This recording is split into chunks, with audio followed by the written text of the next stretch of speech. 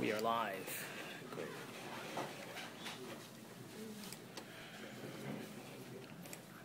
All right. Thanks for joining me. Hello. My name is David, and I'm a first-year PhD student in the Faculty of Education. And this is my research proposal. So I thank you for joining me. The title of my research proposal is Changing Practices and Changing Perspectives of Pedagogical Technologists in Schools.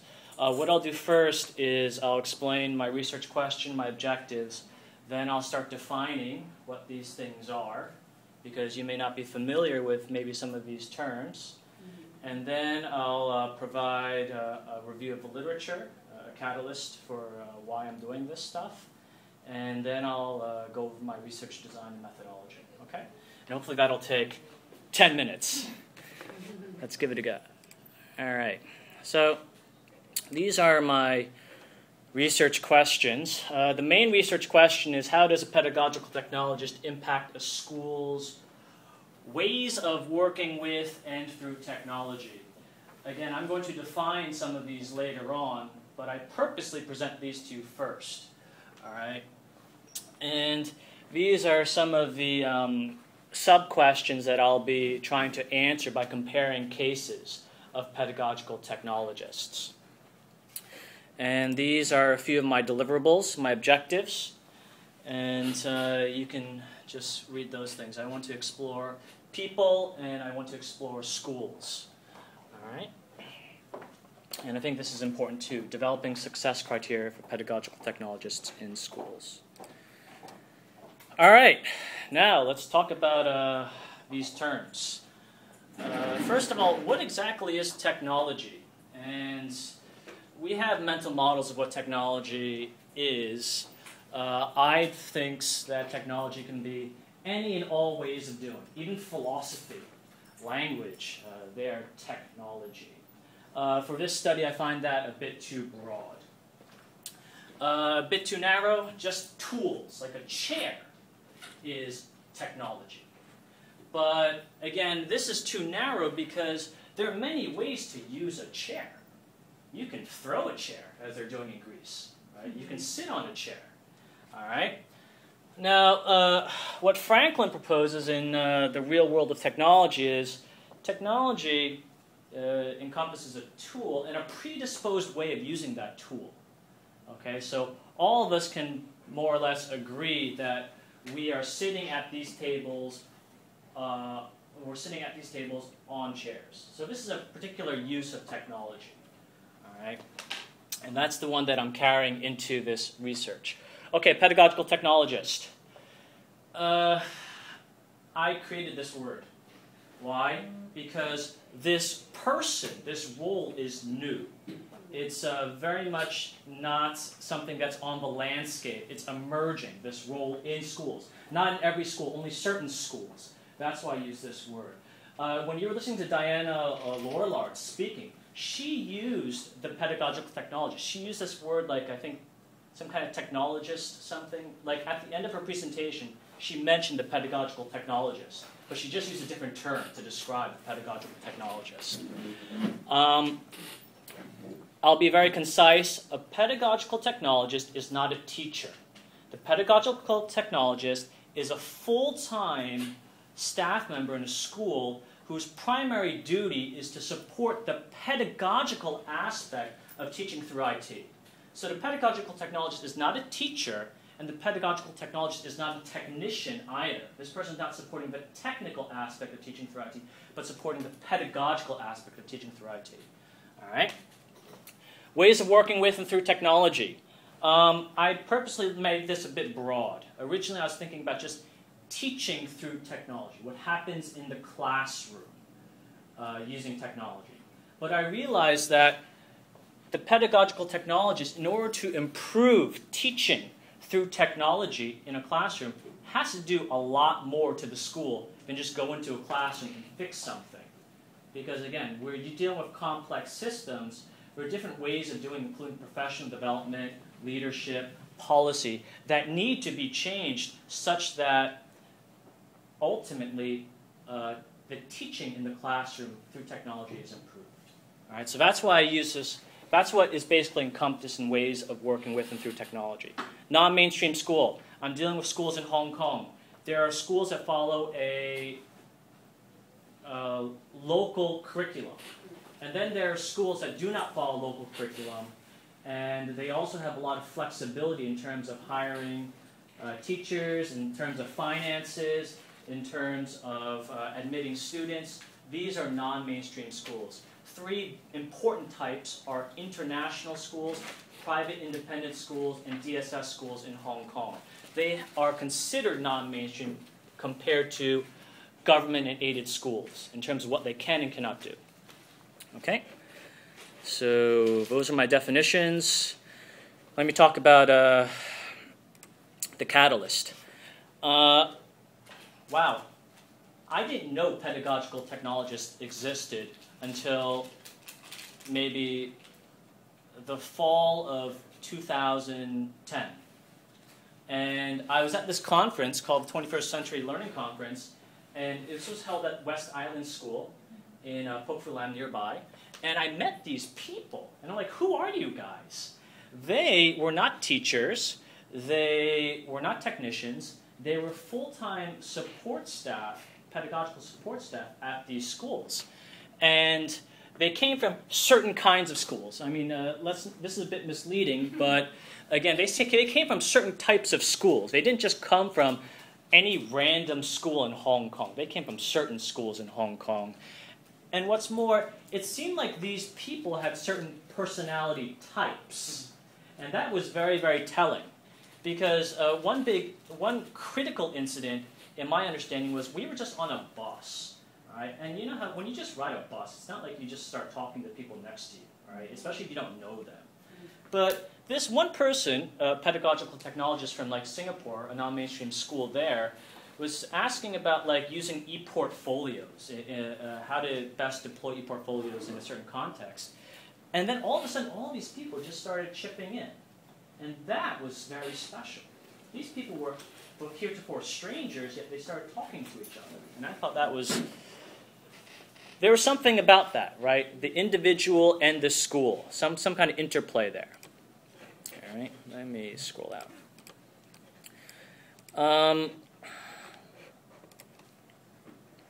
So then I did a little investigation. What's going on in the literature? And the closest that I can come to a pedagogical technologist in literature is the IT coordinator. All right, but the IT coordinator, again, is something very distinct from the pedagogical technologist. Because now you guys might have an idea of the IT coordinator, so does the literature. And generally, the IT coordinator is involved in a lot of technical support, in addition to perhaps pedagogical support. The IT coordinator generally is a teacher first, primarily, and then the area of responsibility is IT coordination. All right? And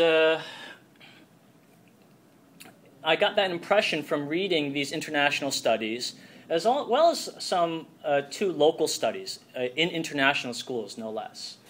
All right. And then, just to triangulate, I thought about my own experience, because I've been an IT coordinator before, too. I'd never known about the pedagogical technologist, but I had worked, I'd been teaching for 7 years. I worked at several schools, and at 4 of these schools, no, well, there should be another one here, but at these places, I was the IT coordinator, all right? And I was primarily a teacher. I was not working to change the system. I did some perfunctory things with pedagogy, one-off things, but mostly I was just helping to answer technical questions and to do this or that, all right?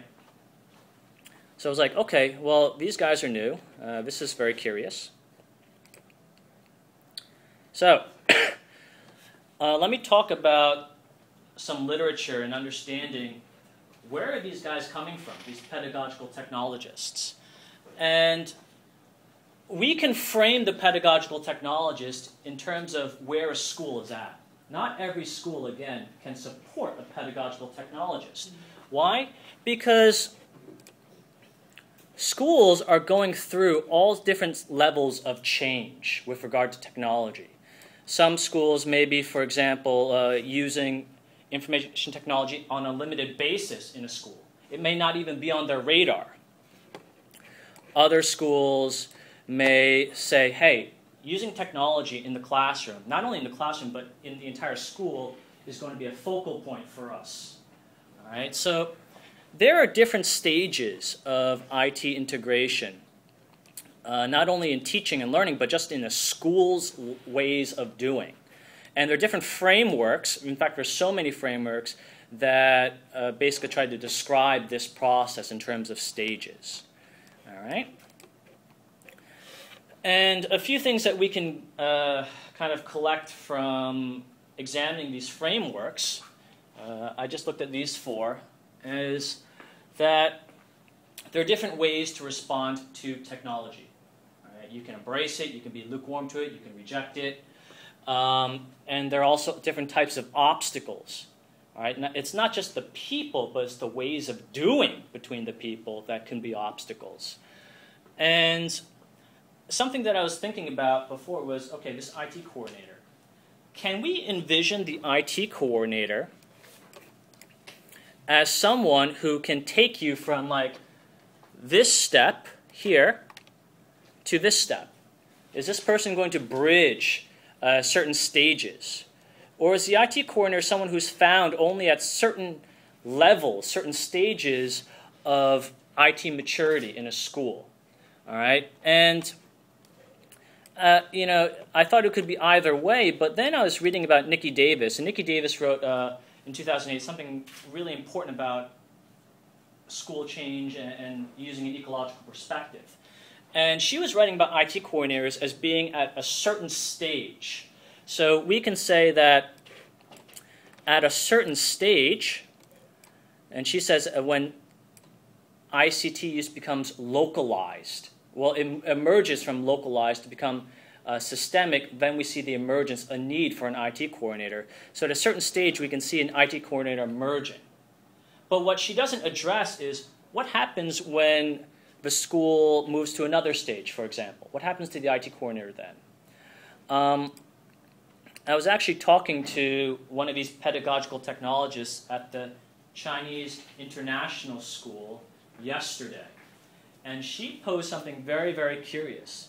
She said that the pedagogical technologist, the unit of analysis of my study, is going to become extinct. And I was like, wow, this is a very bold claim. I was like, most schools don't even have pedagogical technologists. But she was like, here's the deal.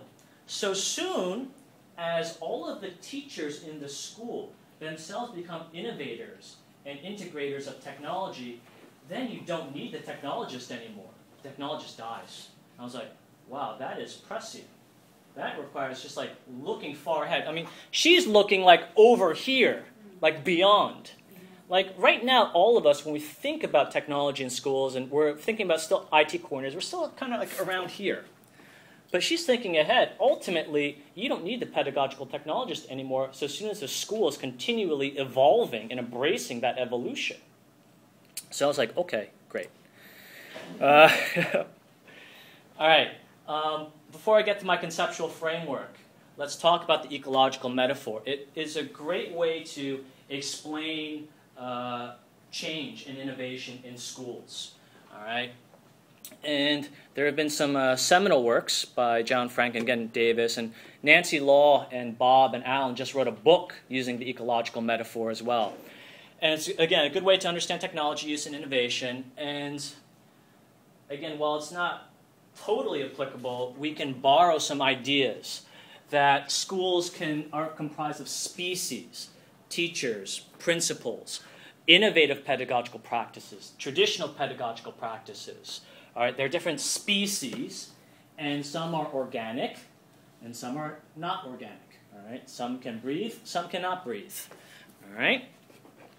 In addition, there are keystone species, species that are endemic and important to the environment, such as teachers. You can't have a school ecology without teachers for the time being.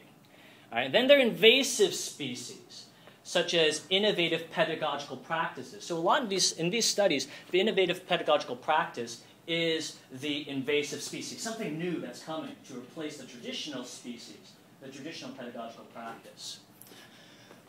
We can consider the pedagogical technologist to be an invasive species. All right? And again, these species cooperate and they also compete against each other.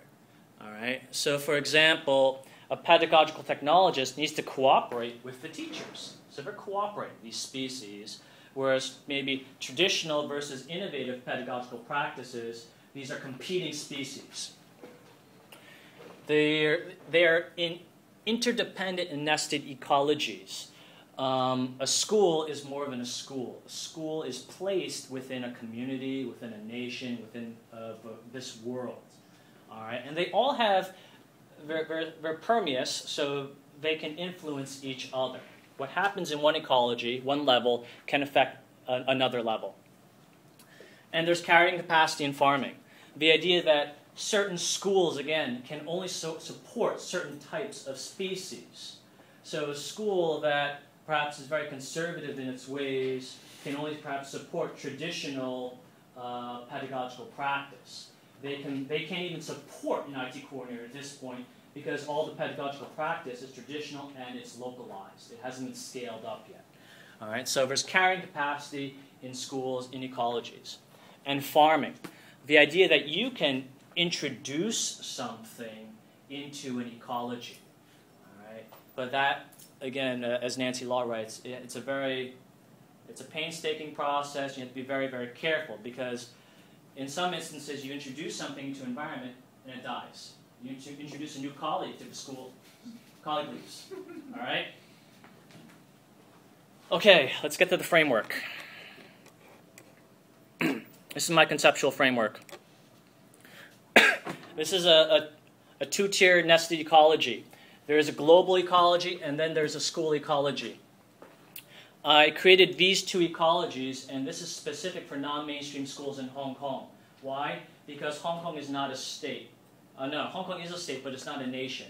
And it has very little influence, heavy-handedness, on a non-mainstream school, on an international school, for example.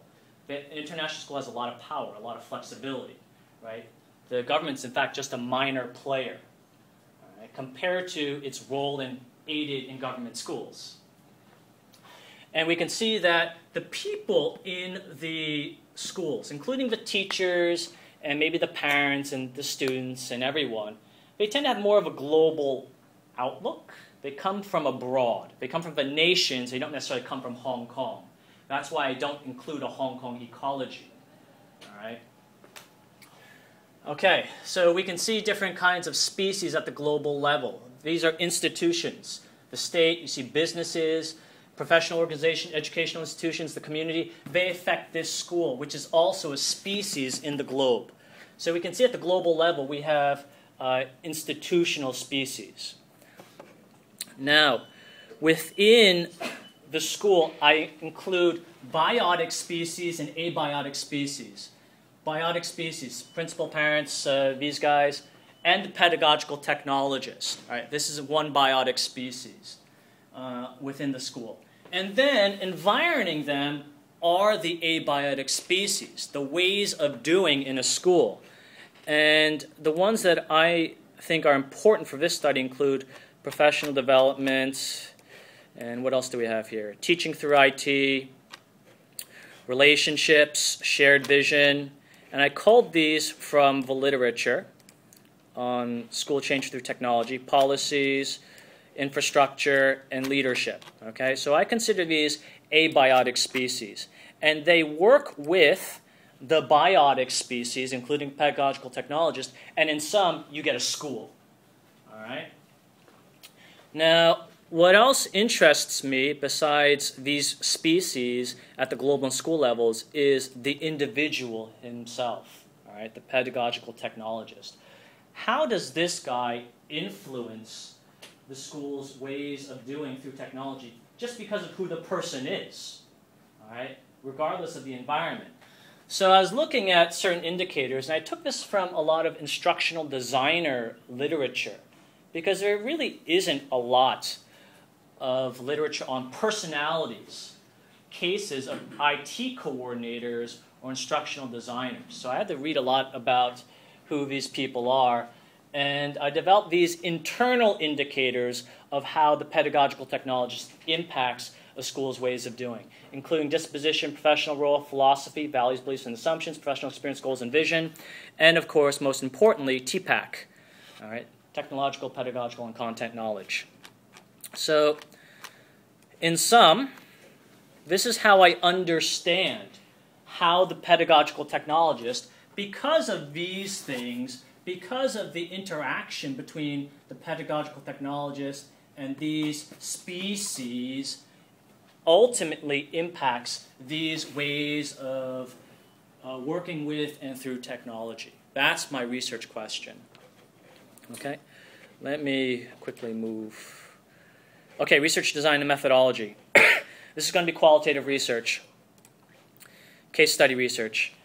Again, I've read Yin and Merriam and Stake, and this is useful when studying educational innovations, pedagogical technologist in schools being an innovation, and the boundaries between the phenomenon and context are not clearly evident.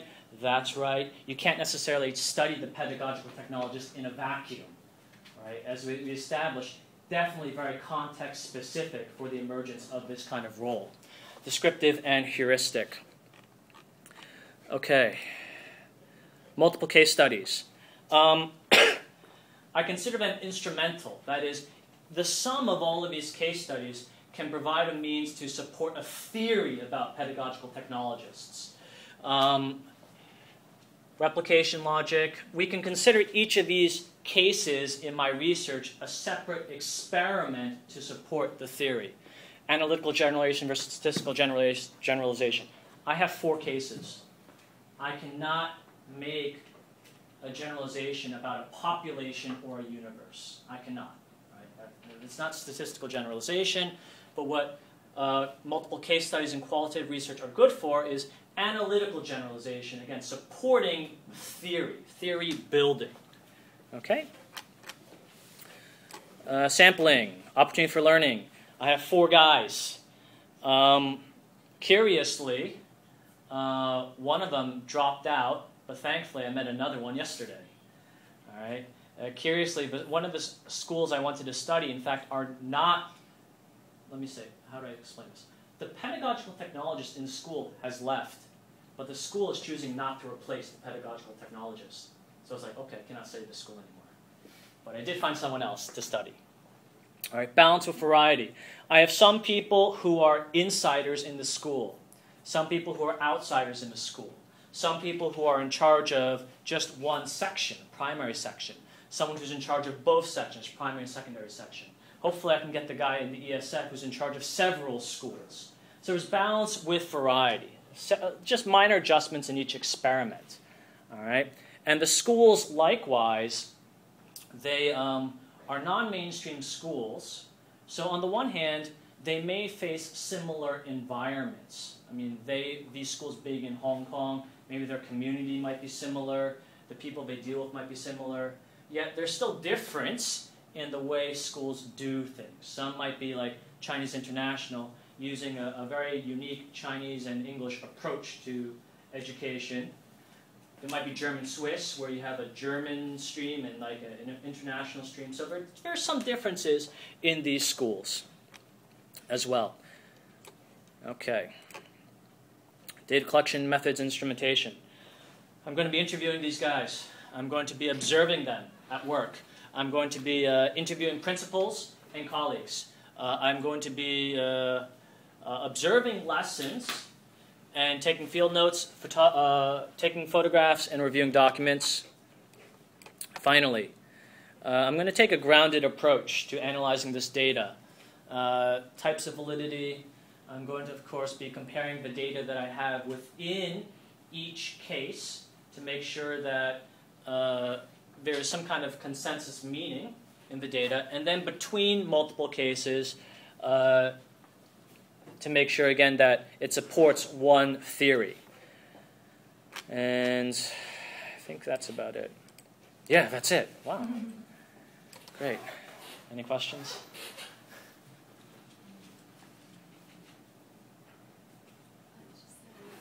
Jing Jing. It's just to, I think I read a lot about learning technologists. I'm just wondering whether you will kind of mention that term in your thesis, or you're just going to adopt pedagogical technologist. Also, another question is, when you choose to study these people, how do you identify them as pedagogical technologists? Is that your thesis you're going to show actually those people whose roles are in this, and then you can call them pedagogical technologists, or you identify them as a school saying these are pedagogical technologists? Well, for my study, I've defined the pedagogical technologist as full-time pedagogical support for a school. So this person, again, is neither a technician nor a teacher. And they have different titles, right? You mentioned the learning technologist. Did Diana Lorillard use that term? In the UK, people generally call these people learning technologists. Yeah. It's a common term. Here there are different terms as well. ICT curriculum leader, and there was like something else they used in California, some other term. This guy commented in my YouTube video. It's like, this is what we call in California. I was like, okay, sure. But I'm just using this term, and again, I keep it purposefully vague just so it creates the sense that this is something new. You don't really have a mental model of it, so I can construct it for you. But do you think it's worthwhile for me to mention that? I didn't think about very deeply, but I just thought you might got yourself into a circle. So whether you start with this term or you end up with this term, so you might if you actually identify someone who is doing this kind of job, and then from your findings you could say actually they are pedagogical technologists who is generally conducive to learning activities when they deal with technologies at the schools, or you should start with this term saying those are the type of people we need, and then trying to kind of differentiate them from other technicians and teachers. So nice. I'm not sure myself as well. I just thought from the presentation that you might need to find your position at the beginning of your research. Thank you. You know, I think I started from the former. I found these guys first, and I was like, who are these guys? And I just started hanging out with them, and again, the curious thing is that they're part of this kind of tight-knit group. They're clubby.